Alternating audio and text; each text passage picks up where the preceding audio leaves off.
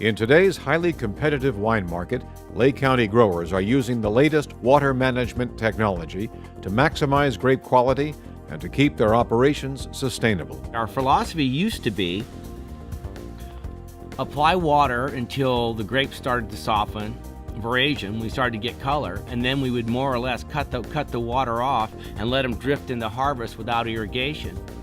But what we found over the years was it was better to not give them any water before color, reduce the berry size, and that would improve quality and get them under moderate water stress as soon as possible. In a typical red grape vineyard in an average year, the goal is to get the vines to 20% stress by June 24th, to 30% by July 8th, and then to hold at that level until harvest.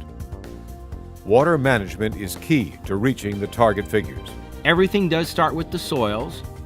What we try to do is to understand the soil conditions in a particular vineyard, understand the variability. Before planting starts, vineyard soils are analyzed and mapped.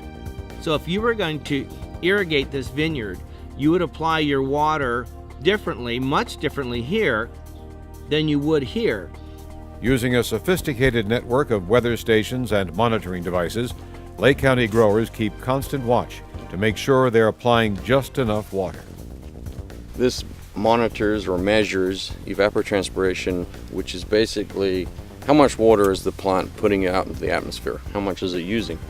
We basically get a report that's emailed to us, and it tells us what the needs of the vine are going to be based on weather forecast and then soil conditions, as in how much moisture is in the soil. The other thing we monitor here is tied into the drip line, so it knows how much water we've put on in the previous week. Basically, it measures about 2 to 5 acres. So pretty much this vineyard is quite a lot larger than that, but it gives us a pretty accurate representation of the conditions here. The weather stations produce data that can be analyzed in real time. But to refine the process even further, Place it here. additional checks are made with a variety of probes. These devices measure the amount of moisture in the soil with pinpoint accuracy. That actually measured 2.35 inches of water in that particular strata. You would raise it up to the next foot. Technology is great for gauging water use and availability, but other data must be gathered by hand.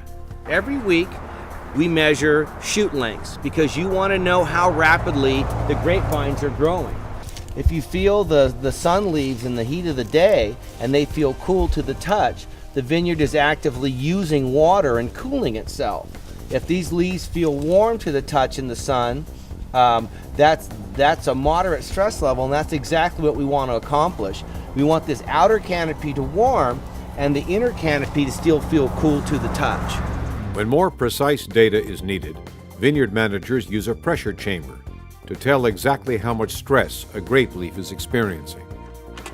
Good water management is high-tech, low-tech, and a measure of thriftiness too. We should spend water like money. It costs money, it's a valuable resource. It costs us money to irrigate, it costs money to pump it, it costs money to check the irrigation systems. Lake County growers have been using sophisticated water management practices for more than 30 years, and these techniques are paying off. Conservative estimates suggest that water use in local vineyards has dropped by 70% since 1984, demonstrating a long-term commitment to sustainability.